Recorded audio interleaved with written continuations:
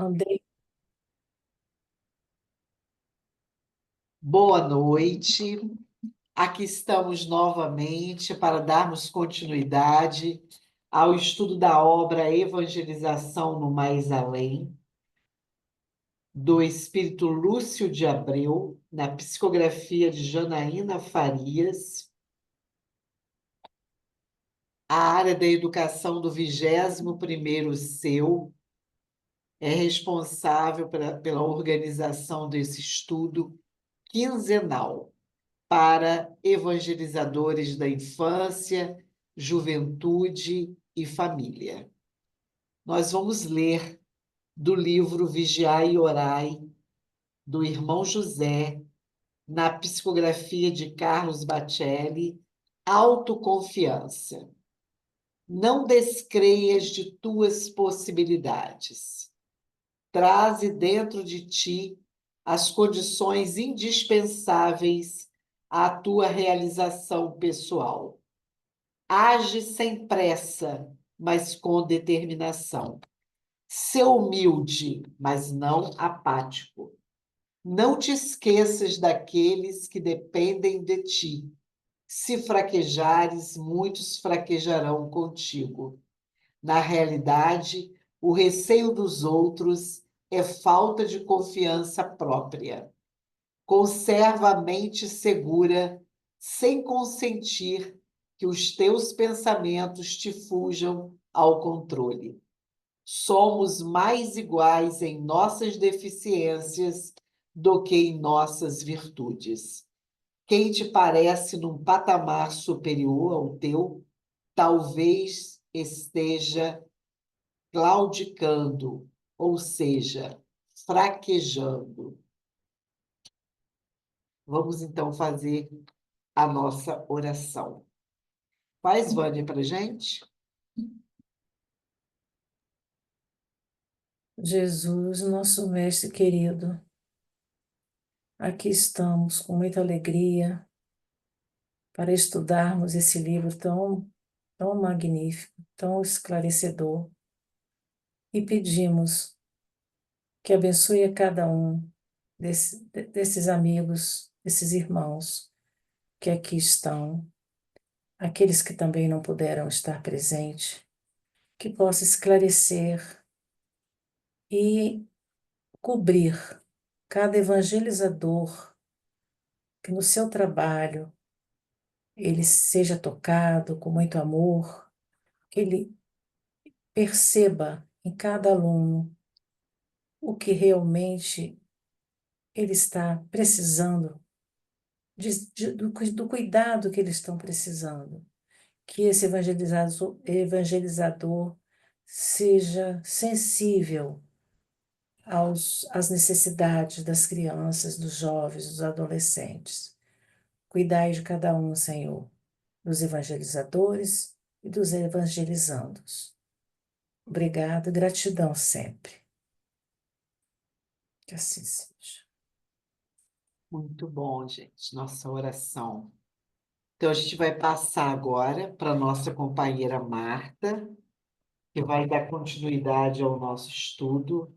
A gente comentava há pouco, né? Nós já estamos bem no final da obra. Capítulo 14, o caso da evangelizadora Camila. Marta, é com Isso. você. Boa noite a todos. Sejam bem-vindos ao nosso estudo. Como a Daísa já falou, nós estamos hoje no capítulo 14, o caso da evangelizadora Camila. Então, a gente tem nesse caso, né, a Bezerra de Menezes, que anteriormente ele proferiu uma palestra, né, na colônia Semeador, e ele agora vai comandar, né, o acompanhamento a esse caso. Então, ele vai conversar com o seu Lúcio, né, já conhecendo todo o caso em detalhes, né, o que teria que ser feito. E aí então ele fala assim: meu caro Lúcio, precisamos nos concentrar agora nas medidas que auxiliarão a evangelização eficiente de nossa criança em regime de provas duríssimas. Então, na verdade, o atendimento é aquela criança da evangelização que está sofrendo um processo obsessivo. E aí o doutor Bezerra de Menezes ele fala, né? Para isso, porém, precisamos auxiliar sua evangelizadora, de modo a desembaraçá-la de certas dificuldades, a fim de evitar maiores obstáculos à tarefa.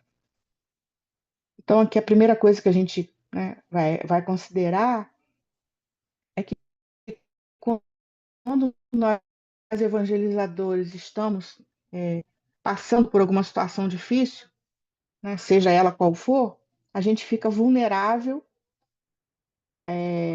a gente fica mais vulnerável e com menos condições de exercitar, de exercer a nossa tarefa de maneira completa, né? Completa, vamos dizer assim, de maneira completa. Então, para atender a criança, eles precisaram também a evangelizadora, porque ela estava passando por problemas familiares, como a gente vai ver mais na frente, né? Quais seriam essas dificuldades, né? O que a evangelizadora Camila estava passando? E aí na sequência a gente vai ver, né? Conforme relatou o responsável direto pela equipe de trabalhadores, a evangelizadora Camila está com difícil relacionamento conjugal e seu marido se tornou perseguidor de sua tarefa. Então é muito interessante como a espiritualidade está atenta a cada um de nós, trabalhadores da evangelização, evangelizadores, atento e com riqueza de detalhes, né? Essa atenção no dia a dia das nossas vidas e quais dificuldades onde nós possamos estar passando. E aqui no caso da evangelizadora Camila, né, vai ser colocado que ela está com dificuldades no seu relacionamento conjugal e a consequência, seu marido se tornou perseguidor de sua tarefa, né? A palavra perseguidor, então, achei uma palavra bastante forte. Mas todos nós que temos famílias, que temos maridos, esposas, filhos, a gente sabe que isso aqui é bem mais frequente do que a gente imagina. Porque, na verdade, os nossos companheiros domésticos, eles são utilizados por aqueles que não querem que a tarefa avance. Então, quando eles não encontram essa brecha em nós mesmos, evangelizadores, eles vão buscar através de outra pessoa, do marido, da esposa, do filho, né, de algum familiar, porque sabe que aquilo vai nos abalar de alguma forma. E como a gente estava falando até antes de começar o estudo, se a gente não tiver muita firmeza de propósitos, a gente desiste. Então, vai ser colocado, né, sabendo disso, né, que existe essa questão familiar com o envolvimento do marido, resta-nos, em primeiro lugar, aproximarmos-nos do seu esposo e demovê-lo do feito.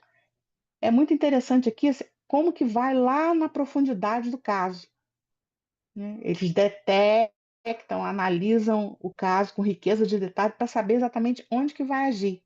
Então, chegou-se à conclusão que teria que agir sobre o esposo primeiramente, porque era ele que estava trazendo essa perturbação no relacionamento. E aí, deixa eu só ver aqui quem que é, Bezerra, Lúcio, né? Aí o Bezerra vai perguntar: existem mais informações sobre o caso? Né? E aí é um outro aprendizado que a gente faz logo nessa primeira página, que para a gente dar conta de alguma situação, a gente precisa de riqueza de detalhes, né? Para poder saber exatamente o que está acontecendo. E aí vai ser colocado que o Miguel, que era o marido da Camila, da evangelizadora Camila, ele estava sofrendo a influência de um espírito que se liga a ele pelo vício da bebida. Aqui outra coisa importante para a gente pontuar, né? O quanto qualquer vício que a gente tenha traz na consequência para nós essa questão de uma sintonia não positiva. Então, alguém que bebe em qualquer escala, essa criatura que tem o vício da bebida, ela consequentemente ela atrai para ela companhias espirituais e espíritos que também gostavam de beber aqui na Terra e continuam gostando na espiritualidade. E conforme a gente vê nas obras de André Luiz, eles sugam Seu som está picotando, o Marta, melhor, né? picotando. Você está Não só congelada. beber. Tá picotando? Tô. Para mim não tá aparecendo. A Daísa está me ouvindo bem? Agora voltou. Voltou? Picotou. Tá. Deixa eu botar até aqui a outra internet do celular. Deixa eu ver se eu consigo botar aqui. Pelo menos reforça essa. Eu tô aqui com Wi-Fi. Tá. Então, além de, né, a pessoa que tem o vício, além dela entrar em sintonia com esses espíritos que também continuam viciados na espiritualidade, essa sintonia causa inclusive uma indução que aquela pessoa esteja sempre bebendo, porque o espírito que está associado a ela, ele bebe junto. Então ele acaba induzindo também para que a pessoa beba cada vez mais, porque quanto mais beber, ele também vai usufruir daquela bebida. Então a base do processo dele é um espírito também ligado à bebida. E aí tem mais um detalhe aqui, mais uma riqueza de detalhe, né? Quem é esse espírito que, que está ligado a Miguel? É um irmão subjugado que obedece às ordens daquele que acredita ser seu chefe. Ele age assim em troca da promessa de poder reencontrar sua antiga companheira, que desencarnou em decorrência de um acidente de carro causado por sua embriaguez. É interessante, né, essas questões, a gente vê muito isso nas reuniões mediúnicas, né? Existem esses grupos na espiritualidade onde alguns estão nessa posição de comando, de chefia, e subjugam outros espíritos, né? Mais fragilizados, vamos dizer assim, também voltados, né, a algo que não seja bom, mas que são subjugados por esse, né, por esse outro que eles chamam de chefe. E aí, esse chefe desse grupo, ele faz uma espécie de barganha. Ele, o, o espírito que está ligado ao Miguel pelo vício da bebida, ele obedece a esse chefe porque esse chefe prometeu a ele que se ele fizer esse serviço, entre aspas, ele tem a condição de encontrar sua antiga companheira que desencarnou em decorrência de um acidente de carro causado por sua embriaguez. E é interessante, né, que com certeza ele deve alimentar algum tipo de complexo de culpa também. Não sei se antes ou só após o desencarne, acredito que até antes, porque ele causou o desencarne da esposa por questões da embriaguez. Então a gente vê como que essa coisa é séria, né, gente? Essa questão dos vícios, né? Como que é sério? Porque causa situações difíceis não apenas enquanto a gente está encarnado, mas também depois que a gente desencarna, a gente fica vinculado àqueles processos. E acredito que de uma maneira até pior, né? Porque aí, olha só, todo esse envolvimento dele, né? E aí ele se acopla, de uma certa forma, a esse Miguel, né? Fazendo com que ele em que ele esteja cada vez mais ligado a esse vício da bebida, e a gente sabe que esse vício da bebida ele traz uma série de consequências para dentro do lar. E aí, na sequência, alguém quer falar alguma coisa desse início? Fazer algum comentário? Tudo bem? Vocês estão me ouvindo bem? Estamos, Marta. Tudo Pode bem, estou seguir. vendo. Tá, joia. Tá, beleza. Então, na sequência, a gente vai ver, né, a narração, né, diante de mais essa situação, procuramos estabelecer uma rede de informações com base nos dados apresentados pelo responsável espiritual da família e nas imagens projetadas pela mente do próprio obsessor. Primeira coisa importante, né, procurando estabelecer uma rede de informações.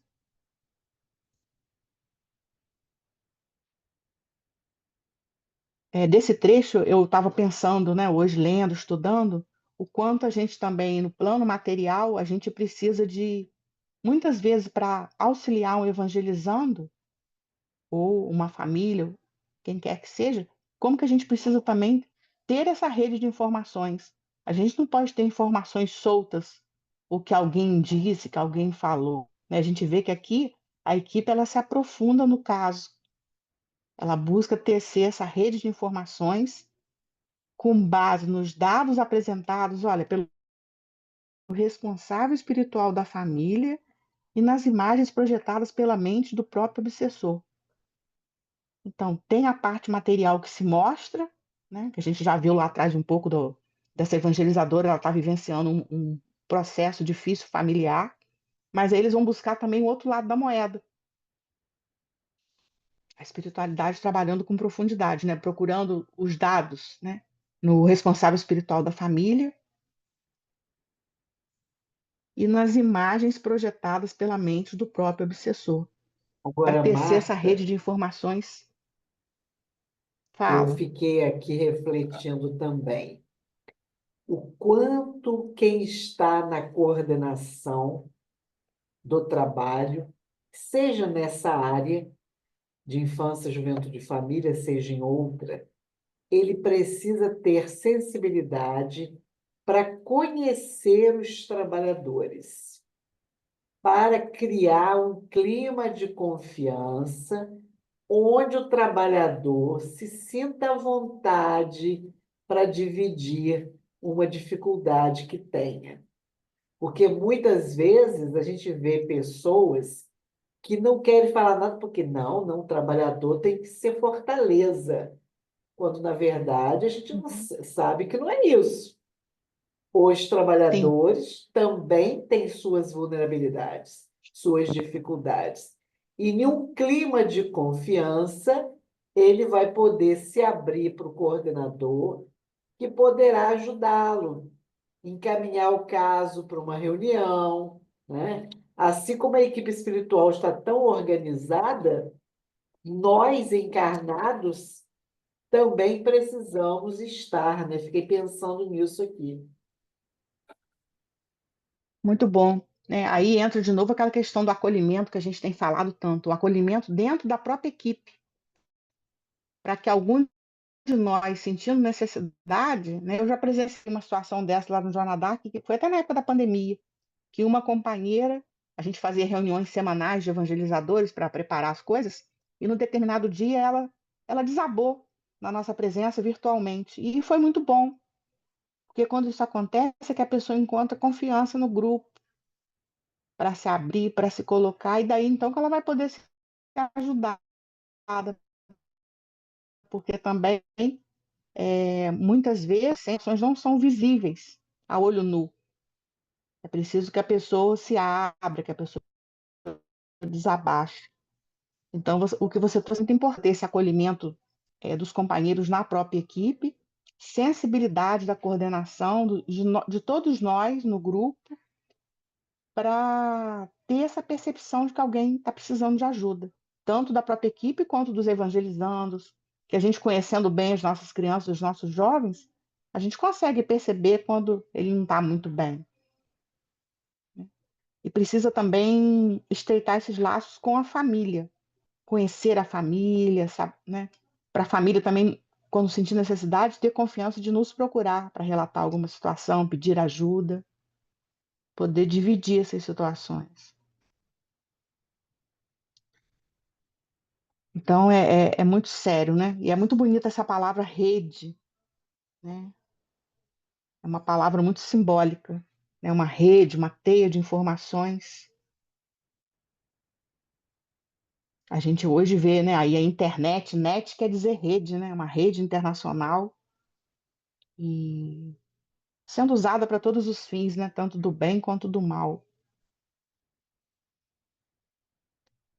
E aí, então essa equipe espiritual ela vai conseguir, né, após algum tempo de observação, eles conseguem encontrar a Rosário, que é a esposa do obsessor de Miguel, que foi vítima daquele acidente automobilístico por questões de embriaguez. Então eles vão até o lugar onde ela estava internada numa colônia de socorro próximo à crosta. Então a equipe se dirige para lá. E chegando a essa colônia de socorro, eles vão fazer contato com a mãe da Rosário, que a acompanhava. Aí essa presença da figura materna, né, é sempre tão recorrente nas situações difíceis no plano espiritual. Figura materna sempre tão recorrente e sempre tão presente. A gente lembra da mãe de André Luiz, né, que foi visitá-lo, ele queria tantas vezes vê-la, né, mas não tinha condições e ela vai até nosso lar fazer a visita e ter aquela conversa que só as mães sabem ter, né, de acalmar o coração do filho. E aqui, mais uma vez, a gente vê a figura da mãe sendo colocada nessa situação, que tem uma sensibilidade especial. E aí ela vai relatar para a equipe: Nossa filha é boa moça, de coração piedoso e caridosa. Na terra, cumpriu seus deveres matrimoniais, suportando o alcoolismo e as inconsequências do pobre marido, que não soube conservar ilibado o casamento. Porém, após o acidente que os levou ao desencarne, Rosário, por ver sua vida abreviada daquela maneira, não soube resistir à tristeza e à melancolia e adoeceu, mantendo um delicado quadro de depressão atroz. Agora, porém, mais recuperada, goza de relativa saúde espiritual, pois não conserva remorsos de vulto que lhe estanquem a caminhada. Mas, apesar de não nutrir sentimentos de raiva ou revolta contra o companheiro com quem partilhou o lar, evita-lhe a memória e a presença, numa atitude quase infantil, como a criança que se esconde atrás da mãe quando se presume em perigo. Temos tentado a conversa há algum tempo, mas com poucos resultados. Então, esse desencarne trágico que o casal passou, né, ela, né, sofreu muito, que teve a sua vida abreviada antes do tempo, entrou num processo depressivo, mas naquele momento ela já estava numa situação melhor, né, com a saúde espiritual melhor. Uma coisa importante, né, não conservava grandes remorsos, mas por outro, não conseguia sentir raiva do seu companheiro nem revolta, mas algo lá no fundo fazia com que ela evitasse a memória, né, lembrar e a presença dele. E aí a mãe fala que eles têm tentado conversa há algum tempo, mas com poucos resultados, tentado essa aproximação com poucos resultados. Aqui eu fiquei pensando também, né, nessa outra questão que foi colocada antes, dessa pressão em relação ao obsessor, desse reencontro, né? Talvez ela sentisse alguma coisa, espiritualmente falando, talvez ela sentisse alguma coisa e fugisse inconscientemente, né, desse processo, desse reencontro com o companheiro que causou o acidente de carro, porque estava alcoolizado. O que vocês acharam do pedaço aí, do relato da mãe, da presença da mãe, do relato dela?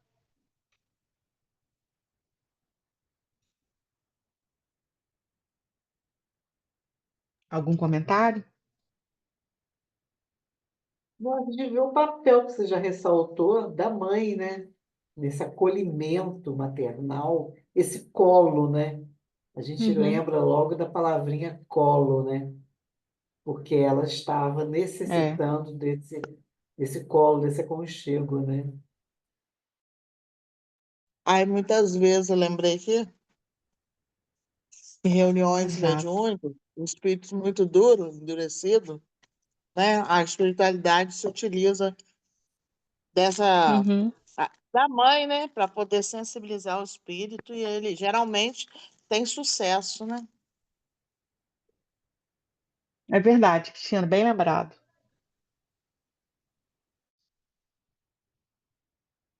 E, e aí eles vão, né, eles ouvem a mãe da Rosário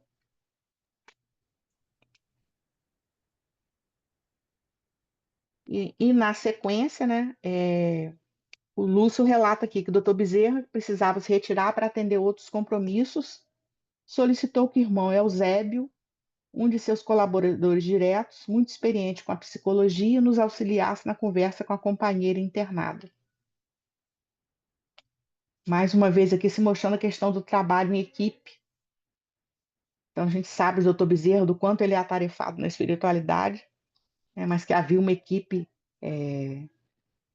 espíritos, né, no nível de confiança, no nível de conhecimento, né, como fala aqui, experiente com a psicologia, e que ele pode solicitar ali naquela situação para ter essa conversa com essa moça.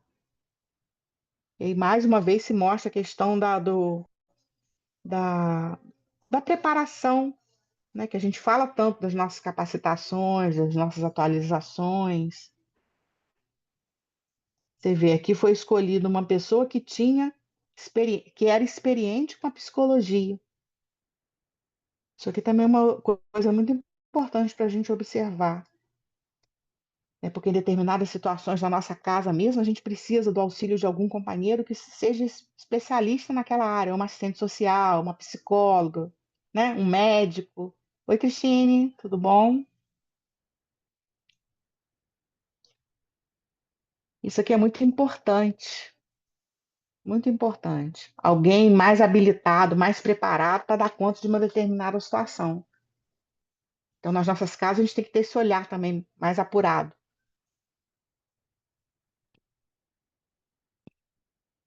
Eu achei interessante também, né, o doutor Bezerra ter que se ausentar do grupo. E aí mostra uma coisa muito importante para a gente, que esses espíritos eles têm as suas tarefas. Embora eles estejam ali para atender determinadas situações, mas muitas vezes eles não podem ficar presos àquela situação, que eles têm coisas, vamos dizer assim, coisas mais importantes, mais relevantes para fazer. E daí a importância de ter pessoas, espíritos, né, nos quais eles confiem, para poder dar continuidade à tarefa. Então foi convocado esse irmão Eusébio, especialista, né, experiente com psicologia, para auxiliar na conversa, porque já tinha sido detectada toda essa situação dessa moça, passou por um processo depressivo, né, agora estava recuperada, mas, por outro lado, fugindo um pouco do reencontro com o seu marido, que tinha sido o seu marido aqui na Terra. E aí, então eles vão receber o Eusébio, trocam algumas informações sobre o caso e vão até o quarto onde a Rosário estava internada. E aí, então, entra o seu Lúcio fazendo uma observação da Aninha, né? A gente tem que lembrar que esse livro todo ele gira em torno o livro todo, na verdade, é a história da Aninha, né, fazendo esse curso preparatório em que ela vai nessa, vamos chamar de expedição, né, nessa caravana, acompanhar mais a miúde o trabalho de evangelização, observando nos dois planos, tanto no plano material e agora no plano espiritual. Eu achei muito interessante nesse parágrafo da Aninha, ó, Aninha, que devido à intensa movimentação do trabalho, teceu poucas considerações, ficando mais como operária silenciosa e observadora. Nesse instante se aproximou com um olhar surpreso e disse: Achei interessante a postura dela. É importante para nós também aprender com essa postura dela, porque muitas vezes a gente precisa realmente ficar nessa postura de silêncio e observação. Às vezes a gente é meio afoito, né? A gente quer se meter em tudo e às vezes não é o momento. E aquela acho que ela ensina muito isso aqui para gente. Aquele momento era de observar, de estar atenta. Então ela fica em silêncio e observando a situação. Marta, deixa eu só falar para Oi, Cristine o livro. É a Evangelização no Mais Além. tá. Ah, tá. Tá embaçado, não deu Aí a para gente ver seu tá a capa, não. embaçado. Esse aqui, Tá Cristina. bom. Ah, tá. Ah, deve ser a lâmpada que está aqui em cima. A gente está no capítulo 14, 12. a metade do capítulo 14. Então, essa postura da Aninha aqui também é bem interessante, porque ao mesmo tempo que a gente tem que ter uma postura proativa diante das situações, a gente também tem que saber quando é para a gente ficar em silêncio e observando. E essa postura muito condizente com a situação dela, que era uma aprendiz. Era uma aprendiz. Então, nesse instante, ela vai se aproximar e vai com um olhar surpreso, ela vai falar. Senhor Lúcio, quanta providência! É uma verdadeira teia de auxílio para chegarmos à criança. Quantos trabalhadores, quantas pessoas nobres e os encarnados quase que inconscientes. Então, ela está observando toda a atualidade, né, essa rede, essa teia de auxílio, para poder atender aquela criança que estava passando por um processo obsessivo. Quantos trabalhadores, quantas pessoas nobres, e a observação dela em relação a nós encarnados. E os encarnados quase que inconscientes. Ou seja, capacidade de percepção mínima das situações. E aí a gente poderia refletir um pouquinho sobre isso, né? Como nós estamos, como é que tá a nossa atenção dentro das nossas salas de evangelização, Eu acho, Marta, né? Como é que está o acho nosso não, tenho certeza. acolhimento, a nossa atenção. Eu tenho certeza que esse livro trouxe uma nova visão para todos nós que estamos estudando. Muitas vezes a gente fazia o trabalho de forma automática, né? Embora a gente saiba que existe espiritualidade, a gente acredita, mas hoje eu falo de mim, acredito que vocês também que estão estudando esse livro, a gente tem uma outra visão, né, da seriedade do trabalho, que é preciso a gente estar desperto, é preciso estar consciente a cada momento, desde o preparar da aula até a execução da aula, né? É preciso a gente estar sempre atento e desperto. Eu acho que hoje, depois da leitura desse livro, do estudo desse livro, né? Eu acho que abriu uma nova visão, pelo menos para mim, sim. Acredito que para todos nós, né? Para mim também.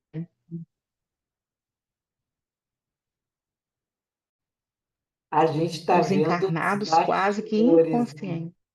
A gente está vendo os bastidores. Quando a gente vê uma peça de Bastidores. teatro, por exemplo, né?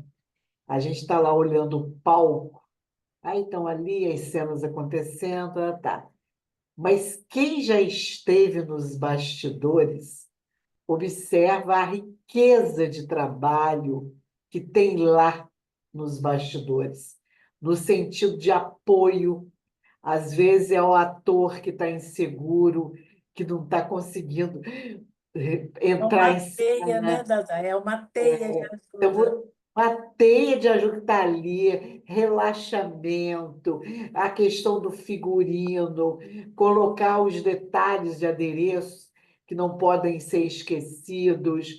Enfim, a movimentação nos bastidores, que também não é nem com muito alvoroço, porque não pode a voz chegar no palco, mas é uma riqueza de trabalho dos bastidores.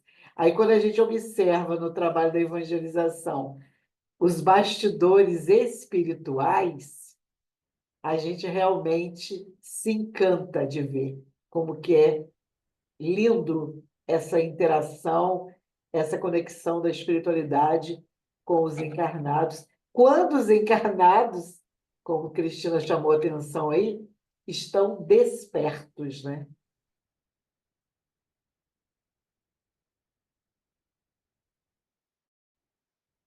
É um chamamento para a gente, né, Daísa? Por quanto a gente precisa estar atento, como a Cristina lembrou aí. Precisa estar atento. E aí o Lúcio vai trazer para ela a explicação, né? Atender a observação que ela fez. Isso mesmo, minha filha.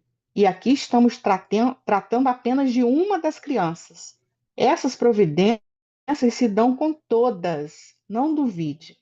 Na maioria das vezes, nossos amigos do plano físico ignoram completamente a complexidade de um trabalho de intercessão. É para a gente parar e pensar, né?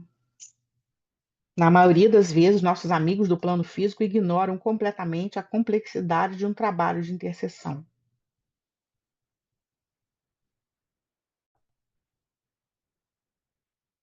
Depois desse estudo, né, a gente já não está mais ignorando. A gente até sabe, eu pelo menos vou tirar por mim, a gente sabia que existia um trabalho, que a espiritualidade trabalhava, claro que ela trabalha sempre, mas eu não imaginava. Aqui o livro traz para a gente uma riqueza de detalhes muito grande, né? E a gente não é mais a mesma pessoa, com certeza. Já não somos mais os mesmos evangelizadores, né? Essa questão da atenção, principalmente com o outro, Aí eu estou ela muda de imaginando figura. se a gente conseguir a Belo Horizonte na imersão da evangelização, dando continuidade ao que a Cláudia fez em campus com a gente, vai ser uma experiência com certeza muito rica, né? Muito. É interessante, né, Adaís e amigos, é como que a gente estudar um caso, aqui no livro a gente está estudando é o caso da história da Aninha, né? A- a- o estágio que ela fez. E aí, quantas coisas a gente vai aprendendo no decorrer desse estágio, né? Até chegar no atendimento agora dessa criança que está passando por um processo obsessivo, quer dizer, a evangelizadora precisa mobilizar, mas a família também tem que ser olhada. Então, é uma série de coisas, né? E pessoas fazendo parte desse processo. Então, o Lúcio fala, né? Na maioria das vezes, nossos amigos do plano físico ignoram completamente a complexidade de um trabalho de intercessão. Complexidade, né? São as múltiplas facetas desse trabalho, né? E a Aninha, interessada, acompanhava as minhas colocações do Lúcio. Por exemplo, os irmãos encarnados, quando fazem uma simples prece, raramente disponibilizam algo de si mesmo. Quando fazem uma simples prece, raramente disponibilizam algo de si mesmos para facilitar a nossa atuação. E isso acaba dificultando significativamente o nosso auxílio. E não podemos, nenhum de nós, alegar ignorância por falta de informação. Beijam as obras que descrevem tais empreendimentos, principalmente as de André Luiz. Aqui foi um puxãozinho de orelha bem dado, né? Porque a gente já sabe o processo, como que é um processo de uma prece intercessória, de uma prece qualquer. E aí ele coloca, né? Raramente disponibilizam algo de si mesmo, ou seja, faz da boca para fora, né? É aquela coisa do automatismo que a gente sempre fala, sempre lembra. Se a gente não parar para refletir de vez em quando sobre as nossas atividades na casa espírita, muitas vezes a gente está caindo no automatismo sem nem perceber. Que vai, porque eu, né, me comprometi, eu tenho que ir. Mas não coloca sentimento no que faz e não adianta nada. Então, esse livro ele chama muita atenção da gente para essa questão também, quando fala que a gente tem que começar a preparar a aula, né, com antecedência e todo esse processo de preparação. Marta, E aqui ele Cristina, fala, né, levantou a mão. não podemos nenhum de nós. Fala. Ah, tá, pode falar, Cristiano. Não vi, não. Estava olhando para Eu baixo. estou meio que de orelhada, né? Porque eu entrei Cristina? agora e não tenho livro. Mas às vezes as coisas pulam assim na minha cabeça e eu gosto de comunicar, porque você falando aí, eu ouvi na minha cabeça aqui uma frase que eu ouvia quando eu era criança. E muitas vezes, quando a gente é criança, a gente guarda umas certezas que nos impede de desenvolver, né? Aí você estava falando o mínimo que a gente faz, ou praticamente não faz nada na ajuda, em casos assim, né? E aí eu lembrei, quando eu era criança, eu era prestativa, eu queria ajudar, mas eu ouvia, não me deixavam ajudar, e eu ouvia o tempo todo, assim, não atrapalha não, se você não atrapalhar, você já está ajudando. E eu guardei isso agora que eu percebi, porque eu não tinha percebido nem lembrado disso, que eu, em lugar nenhum, eu tento ajudar. Porque a sensação que eu tenho é que se eu tentar ajudar, eu vou atrapalhar. Olha como que criança guarda as coisas, né? Aí você está falando aí, eu falo, gente, de fato, a gente, muitas vezes, como trabalhador, não colabora, não contribui para poder o trabalho ser feito, né? A gente tem sempre uma ligazinha que nos prende a alguma crença que impossibilita o trabalho deles, ou opinião pessoal, ou uma visão particular, né? Não sei, só para trazer para vocês, porque às vezes a gente tem que ver isso. O que será que eu estou acreditando que está impedindo o meu trabalho, a minha atitude positiva nessa situação, né? Só isso. Sim, obrigada. É, aqui ele está falando especificamente da prece, está dando o exemplo da prece, mas mesmo, como que isso é importante no trabalho, em qualquer trabalho, não só da evangelização, que é dar algo do nosso coração, algo de nós mesmos, né?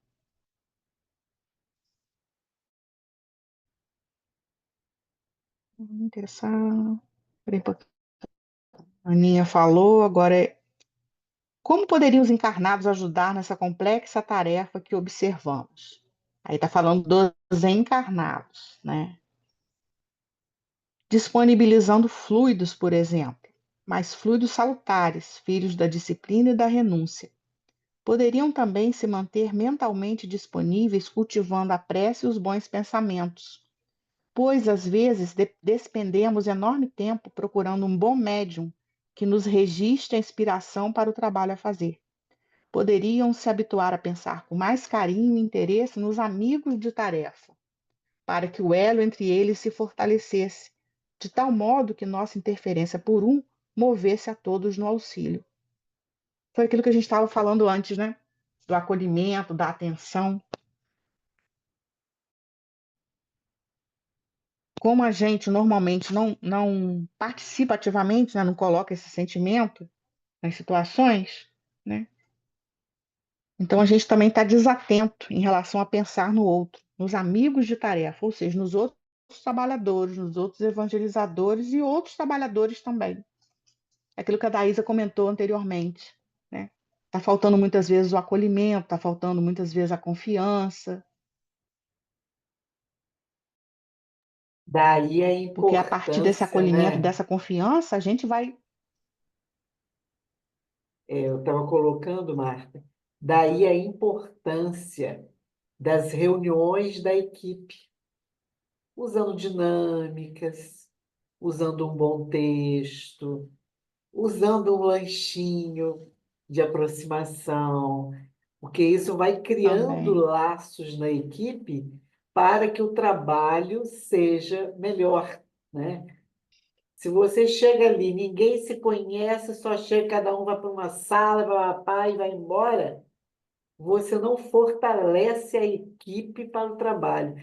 Aí a gente tem ouvido muitas casas falando que as equipes não se mantêm, que o tempo todo essa equipe está mudando.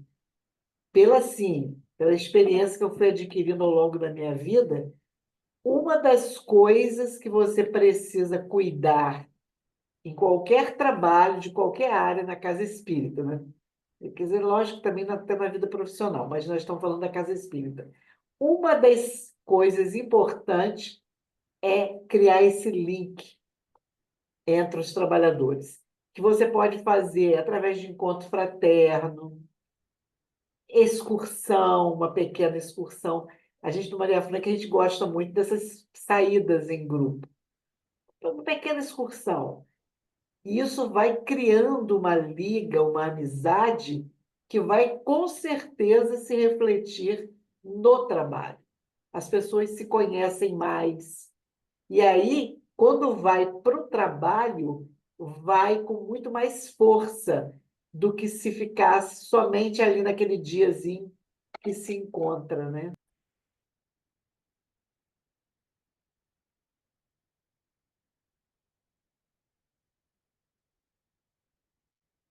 Desligou o microfone.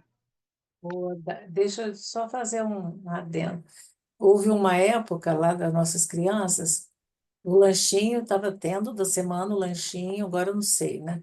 O lanchinho, mas eles gostavam tanto de estar que teve um que pediu para a festinha de aniversário de sei lá. A mãe levou bolo, a gente arrumou a mesa, a gente preparou tudo, e ele ficou numa felicidade que é o aniversário dele, ele foi para a evangelização. Foi muito bonitinho. Ah, legal.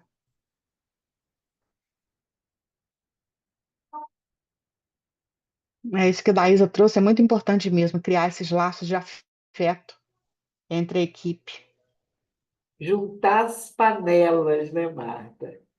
Né? Ir para Ah, casa de é. um almoçar, né? Um leva uma coisa, você leva outra, aí você vai bater papo, é muito legal isso. É muito bom. Ano passado a gente nem fez lá no Jornal. Esse ano a gente tem falado até sobre isso. É importante. Aí ele coloca, né? Poderiam se habituar a pensar com mais carinho e interesse nos amigos de tarefa para que o elo entre eles se fortalecesse. Essa é a teia. Isso mesmo, Cristine. Essa teia, essa rede, né? Que vai se fortalecendo. Aí depois tem uma parte aqui que eu achei também muito interessante, quando vai exemplificar esse fortalecimento. E aí tem várias sugestões aqui. Poderiam estudar com mais afinco, de maneira a granjear mais e mais simpatias na esfera espiritual, edificando em si mesmos recursos indispensáveis no intercâmbio intuitivo. Ou seja, através do estudo, a gente conhecer mais, saber mais e. Esqueci a palavra agora. Melhorar essa nossa sintonia com a espiritualidade, né? Que através do esclarecimento, estudando sobre essa questão de pensamento, de sintonia, a gente vai melhorar mais essa sintonia com a espiritualidade, para ter um pouco mais de percepção. Isso é uma coisa que se exercita também. A percepção do grupo, né? Dos sentimentos, do estado das pessoas no grupo, no caso, falando de crianças, de jovens, aí no geral. Se conscientizar da importância, vínculo. Se conscientizar da importância e da gravidade da tarefa, de modo que compreendesse a responsabilidade que tem com aqueles que evangelizam, interessando-se por todos eles. Então, estudar, primeiro passo, depois conscientizar da importância e da gravidade da tarefa. Então, é isso que a gente está fazendo aqui. Através do estudo desse livro, a gente está se conscientizando da importância e da gravidade da tarefa, de modo a compreender a responsabilidade que tem com aqueles que evangelizam, interessando-se por todos eles. Responsabilidade que tem com aqueles que evangelizam. Está todo mundo conectado, né? Ninguém está ali por acaso. Então, minha filha, lembrariam de todos durante os dias que precedem o da evangelização, preparando-se de forma adequada para cada um deles, individual e coletivamente. Lembrariam de todos durante os dias que precedem o da evangelização. Às vezes as pessoas questionam a questão do conhecimento, do estudo, né? Não, o que que isso tem a ver com as nossas mudanças, com a nossa evolução? Mas é claro que quando a gente estuda e compreende, fica mais fácil a gente se conscientizar daquela atividade que a gente está fazendo, né? O estudo da doutrina de uma maneira geral, não só de coisas da evangelização. A gente ter essa percepção muito clara que está tudo interligado, né? Como aquela frase que Jesus fala, né? Tudo que estiver ligado na terra também estará ligado no céu. Está tudo interligado. E aí a gente, com essa consciência plena dessa interligação de plano material e plano espiritual, com certeza o nosso comportamento vai ser diferente numa sala de evangelização. A gente sabe que vai muito além daquilo que a gente está presenciando ali. E olha que bonita essa coisa dos laços, né, do vínculo que a Cristina colocou. É isso aqui, ó, se lembrar de todos durante os dias que precedem da evangelização. A gente está preparando lá o nosso material e lembra, tem fulano, tem fulana. A gente conhece a criança, não vou falar de criança porque é o que eu lido, ou o adulto. A gente já conhece um pouco mais aquelas pessoas. Já sabe a aptidão de uma criança, um gosta mais de um desenho, outro gosta mais daquilo. Então a gente vai tentar também colocar na nossa aula ali, oferecer essas variações, né, dentro das atividades que a gente vai propor, né, levar outras coisas novas também que a gente não experimentou ainda. Exatamente. Se sente vista, é isso aí. Quem não quer ser visto, quem não quer ser importante? Quem não quer se sentir querido, né, Cristine? E aí a gente vê muito, eu falo muito isso lá no Joana Dark, gente, tem que saber o nome das crianças, né? Não dá para. É o mínimo que a gente tem que saber, é falar, chamar pelo nome, saber quem são os pais, saber o mínimo de informação, né? Se ela tem alguma situação especial que a gente precisa estar mais atento, né? Do que ela gosta, isso a gente vai no dia a dia também aprendendo. E aí isso é bacana que a gente pode propor dentro das nossas atividades para atender os gostos deles também. Domingo, eu estava até comentando com a Daísa ontem, anteontem, que a gente teve o dia do livro lá no final de semana no Jornal Dark, e foi muito legal. Né? Foi muito legal a gente ver como que eles gostam, né? Estavam se quase que disputando para, tipo, era para ler só um livro, tinha criança querendo ler dois, três, quatro, e foi muita gente estava tendo que já pedir, não, para agora, porque a gente vai ter que contar as histórias que a gente leu e tal. E aí é bacana que você descobre que tem uma coisa ali que eles gostam, que você pode ofertar mais no seu dia a dia de evangelização, que é estar com o livro nas mãos, ler uma boa história. Quem que não gosta de uma boa história? Todo mundo gosta. E aí, quando a gente propõe essas atividades diferentes, a gente está também experimentando coisas novas, né, para ver se dá certo, se não dá certo.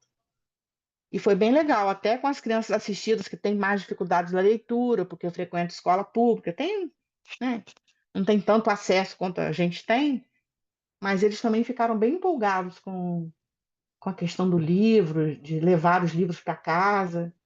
Foi bem bacana. E assim a gente vai descobrindo criança que gosta de desenho, criança que gosta de uma pintura, né? Outros já gostam de outras coisas, gostam de uma palavra cruzada, de um joguinho.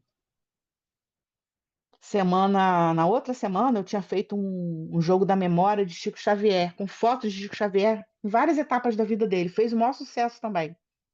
E foi com todas as crianças que eu digo assim, tinha umas 12 domingo. Esse domingo agora do dia do livro deu bem mais criança. A gente ficou no chão, todo mundo sentado, e a gente brincou junto. E foi muito legal, uma coisa tão simples. E aí foi legal que a gente pôde falar um pouquinho sobre Chico, depois eles foram para a sala para ter aula sobre Chico Xavier, mas ali no jogo foi dando para a gente falar também um pouco, é, dar algumas dicas no começo, antes de falar que o jogo ia ser de Chico, e e ver também, né, o quanto eles já conhecem de Chico, né? Teve uma criança lá que depois o pai me contou, se ela perguntou pro pai se o pai já foi a Pedro Leopoldo. Achei tão engraçadinho. Aí você vê como que tá atento, né? Não é um nome tão fácil de guardar, Pedro Leopoldo. O garoto Pedro de 9 anos perguntou pro pai, o pai me contou. Que ele perguntou, pai, você já foi a Pedro Leopoldo? Então, assim, você vai despertando a curiosidade na criança, né, através de várias coisas lúdicas. É bem legal. Tô falando muito hoje, gente. Tô Ô, querendo ouvir um Marta, pouquinho vocês também. eu tô aqui pensando, já são 21h16. A Já? gente, Passou tão rápido. vamos perguntar ao grupo, dá para a gente terminar ou deixamos essa parte final para o próximo encontro, que a gente não sabe como é que tá os tempos aí das pessoas. Hein, pessoal? Eu Falta acho, pouco. Por mim, termino. Então, Falta pouquinho, uma página só. Falta um Pode pouquinho. terminar. É. é, ok, então. eu acho que dá para terminar. Se não, depende também dos acréscimos de comentário, né? Depende disso. De repente é interessante falar mais, mas eu acho que dá. Já estamos aqui. Falta uma E página praticamente, né? eu acho que o que já se falou tem a ver É. até com esse último parágrafo. Uhum. É verdade. Ah, aí vai ser agora a fala do seu Lúcio, né? Respirei profundamente, uma pequena pausa, enquanto a Aninha me absorvia as palavras. Gostei disso daqui também. Atenta e prosseguia emocionada. Assim seria possível evangelizar a imensa teia a que você se referiu. Então, seria isso que a gente viu no parágrafo anterior, seria como que pré-requisitos para a gente poder participar dessa teia, dessa rede de auxílio. Quantas vezes poderíamos conduzi-lo conosco em nossas atividades, quando em repouso do corpo físico. De certo, ele trabalharia mais e desfrutaria do convívio dessas almas nobres a quem você se referiu, habituando-se mais facilmente a lhes compartilhar o campo mental. A gente estava falando mais cedo dessa coisa de, durante o sono, né? A gente poder. Eu peço muito a Deus, eu não sei, porque eu não me lembro. É muito difícil eu me lembrar de qualquer coisa de sonho, raramente me lembro. Mas eu peço muito que durante a noite a gente possa ser conduzido para essas atividades, né? Não sei se tem merecimento para tal, mas continuo pedindo. E aí que interessante, se a gente participa desse convívio com a espiritualidade durante o sono, fica mais fácil compartilhar o campo mental, porque você cria uma sintonia com esse grupo. Ainda hoje lidamos com muitos amigos que consideram a tarefa da evangelização um sacrifício. Isso aqui me chocou um pouco, exigindo-lhe lutas enormes. Ainda hoje, a fala do Lúcio, lidamos com muitos amigos que consideram a tarefa da evangelização um sacrifício, exigindo-lhes lutas enormes. Mas isso só ocorre porque ainda não percebem a cadeia de auxílio que se forma em torno daquele que se propõe a evangelizar. Não veem que do céu uma cachoeira de bênçãos e de luzes desce ao seu encontro, e que espíritos iluminados se interessam por sua sorte, vindo em grupo enxugar suas lágrimas, inspirar-lhes nas dificuldades e dividir, enfim, o peso da sua cruz, como sirineus enviados pelo próprio Mestre Jesus. Esse pedacinho aqui tá bom até da gente compartilhar nos nossos grupos, né? Cristine está falando que ela se sente assim. Aqui ele não esclareceu muito que sacrifício seria exigindo-lhe lutas enormes. Acho que tem um pouco a ver com aquilo que a gente falou lá no começo, né? Das dificuldades que cada um de nós muitas vezes enfrenta para estar na tarefa. Cristine, você quer falar mais um pouquinho sobre o que você colocou? Eu acho assim, as meninas já sabem como que eu funciono. Eu trago tudo para mim e para o concreto, né? Eu me sinto assim, eu acho, que é porque na minha casa, quando eu era criança, o que eu ouvia muito era que criança não tem querer, que criança não participa. A gente era muito sozinha. Apesar da minha mãe não trabalhar fora, ela nunca gostou de criança, assim, sabe? Ela gostava de ser mãe, mas ela não gostava do trato com criança. Então, eu não tenho memória de ser tratada com carinho ou com cuidado, assim. Então, quando eu vou buscar no meu banco de memórias o que posso fazer com criança, eu fico perdida, porque é um vazio, entende? É um grande vazio, é medo. Eu tenho vontade, mas aí você falando agora, eu fiquei aqui no meu pensamento. Eu estou fazendo uma pós, eu falei com elas, né, em psicologia transpessoal, e é contar o tempo todo com esse invisível. Então, quando você falou aí agora nisso, talvez entrar numa evangelização e lembrar que a gente tem todo esse eh, tesouro mesmo, né? Toda essa possibilidade de contar com algo que a gente não vê, mas se pedir ajuda, né, pode ser que consiga. Sei, Sim, sei isso aqui, né? e ainda acrescentaria para você, Cristine, que a Hum, criança nos Então, ensina. Ela vai te ensinar como lidar com ela. A criança muitas é, vezes nos dá lições assim que a gente fica. Essa semana eu estava brincando com duas crianças sentadas no chão, fazendo uma torre, e aí ela parou do nada ali, juntou as mãozinhas e orou ali, do nada, assim, do nada. Orou, Papai do céu, eu quero te agradecer por tudo que o Senhor me dá, Papai do céu. O Senhor me dá mais do que eu peço. Olha só, 4 anos. bonitinha. Aí depois falou assim, vó, a vida é eterna, vó. A vida é para sempre. A gente não morre. Oh, meu Deus, o que que essa menina está falando do nada assim? Então, as crianças, elas nos ensinam muito, e até mesmo em escola, eu aprendi muito com as crianças, trabalhando com as crianças. Vai sem medo, vai, se entrega, sabendo que a ajuda maior você vai ter, que é da espiritualidade. Eu sei que você tem muita capacidade, né? Porque você é uma pessoa estudiosa, estuda.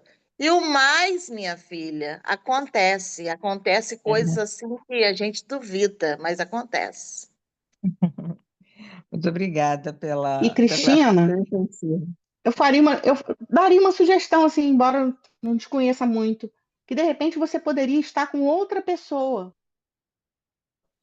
Você se associar a uma É outra verdade, evangelizadora já também. mais experiente, Eu e fico você um pouco começaria dessa perdida, forma com alguém já mais experiente.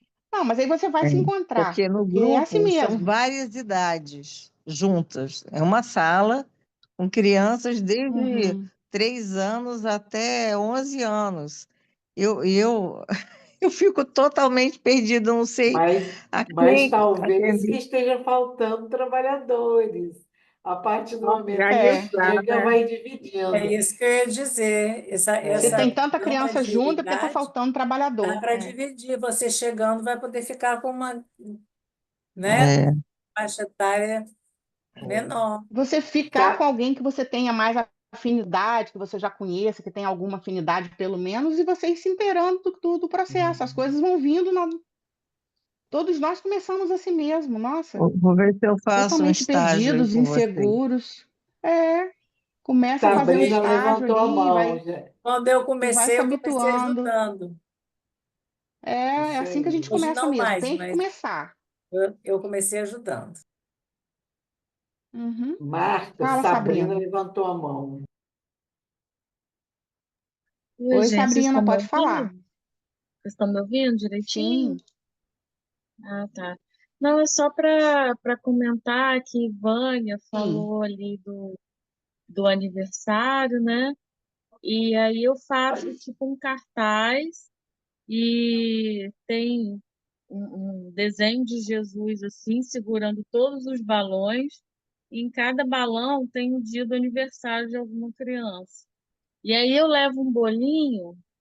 E no final da aula, eu canto parabéns para essa. E é um sucesso, eles gostam muito.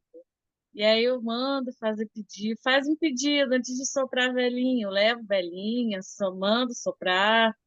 E eles gostam, e aí eles já ficam contando com o aniversário. Ó, tia, semana que vem, essa semana é meu aniversário. Eu sei. Então, assim, é só para falar que eles curtem e é uma aproximação, depois eles comentam, eles conversam entre si ali e fica um clima muito bom. Aí é só para falar. Ó, ah, eu legal. faço, só um pouquinho, Cristina. Eu faço com os adultos do meu estudo de Leon Denis, né, Cris? E eles adoram, imagina É. criança.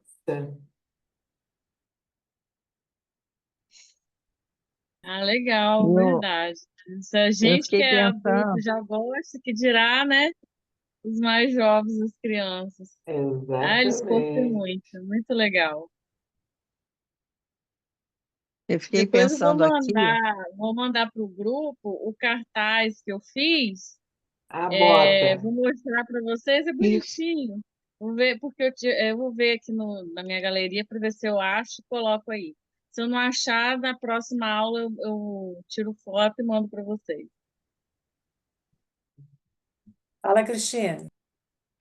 eu fiquei pensando aqui com essa fala da Sabrina de colocar esses balões com nome e data de aniversário, que nesse dia, quando tiver assim algo como aniversário, talvez, esses dias eu participei na pós de uma atividade, de uma dinâmica, onde você primeiro ouve uma música suave, entra em contato consigo, e aí pega uma folha, é, sulfite, né, A4, dobra no meio, de forma horizontal, depois em 3 partes.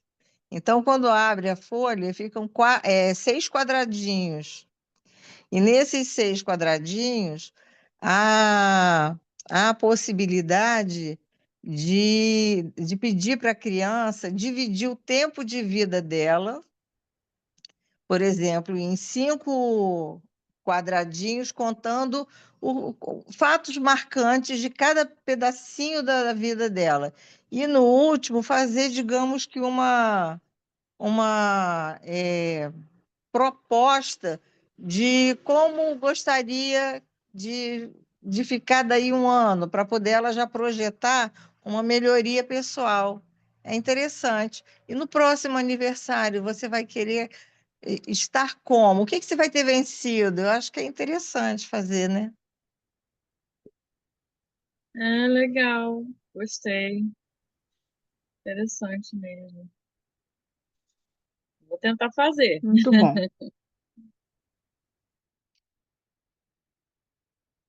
É muito bonito esse texto, essa ponderação aí do Lúcio, né?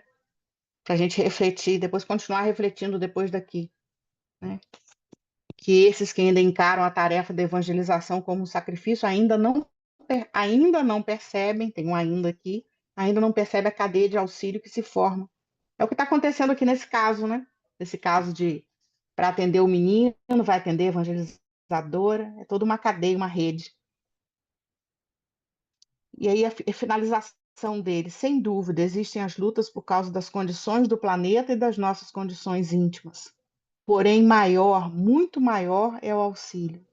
Quando o evangelizador disso se aperceber, se entregará de bom grado a essas benesses com misericórdia e não com sacrifício, sorrindo mais, empolgando-se mais, dedicando-se mais, estudando mais e vivenciando mais. Então, quando a gente perceber que não é para fazer com sacrifício, né, e sim com amor, lembrando aquela fala de Jesus, né, quando Jesus fala que ele não queria misericórdia aquela e não sacrifício, porque antes dele as pessoas faziam muito sacrifício, né, para negociando com Deus, faziam sacrifícios, né, com pessoas, depois com animais. E aí Jesus fala, né, misericórdia aquela e não sacrifício. Quer dizer, você fazer com o coração, né? Que aí nessa palavra misericórdia tem a raiz de cordes que tem a ver com o coração. Então, quando a gente perceber que a tarefa é para ser feita com amor e que a gente tem toda uma rede, uma cadeia de auxílio, uma rede de auxílio ao nosso redor, ele fala que o evangelizador vai se entregar, né, de bom grado. Eu achei bonita essa sequência de verbos. Eu tenho sempre que puxar para o meu lado da língua, né? Sorrir, empolgar-se, dedicar-se, estudar e vivenciar. Não tem jeito, a gente acaba puxando sempre a sardinha para nossa área. Então eu gosto muito de prestar atenção nessas coisas. Eu gostei muito, vou até botar uns pedacinhos desse texto aqui lá no grupo dos evangelizadores. Quando eu fiquei estudando, que eu fiquei pensando, meu Deus, será que tem gente que ainda pensa que é um sacrifício? Isso aqui eu preciso pensar mais, eu acho que vocês também. Sacrifício em que sentido, assim? Só das questões familiares ou algo mais? Acho que tem que pensar mais um pouquinho nisso aqui. Não sei o que vocês pensaram sobre essa questão que quando alguns consideram a tarefa um sacrifício. Esse sacrifício aí não seria Vocês no sentido tiraram de uma renúncia, conclusão não? Hein, Marta? Não seria no sentido de de, renúncia? de- Porque você tem que abrir mão, você tem um compromisso, muitas vezes você faz suas escolhas. Eu escolho hoje evangelizar, ou eu escolho ficar com meus familiares em casa, ou eu escolho uma festa. De repente, esse sacrifício aí seria no sentido de renúncia, de você escolher estar, né, no compromisso com a evangelização, não sei. Passou isso na minha mente. é, Sim, eu tem a já vi ver. sobre um aspecto mais negativo, porque fala em exigindo-lhe lutas enormes. Sacrifício é uma palavra muito pesada, realmente. É, Eu, eu, eu, eu, eu ainda eu vou vou mais continuar pelo pensando um lado pouco da mais. renúncia. Que É, às vezes é mesmo. O dia de sábado, por exemplo, à tarde, você está ali com a família, todo mundo almoçou, está todo mundo junto, aí você tem que sair e deixar o pessoal ir. Eu acho que é no sentido, eu porque a penso, análise de Aí, Eu renúncia. já não entendi muito assim, não. Ele faz uma colocação depois que quem pensa que é um sacrifício porque não consegue perceber a Aham, presença da é. espiritualidade, né? É, que vem enxugar as lágrimas, que a gente tem todo um apoio espiritual como se fossem sireneus, né? Como aconteceu na época quando Jesus fazia Via Crucis, que aquele sireneu ajudou a carregar a cruz. agora, só uma Continuaremos coisa. refletindo Eu pós fui até encontro. procurar a palavra Cirineu, porque na minha cabeça era com C. Aí eu É com fui lá C, no tá Google. errado. Tá errado aí, não é com S não, hein, É gente? com É C, porque é com de C, Cirene, uma cidade. uma Com- cidade. é com C. Pessoal, antes de fazer a prece, eu gostaria de compartilhar com vocês isso aqui.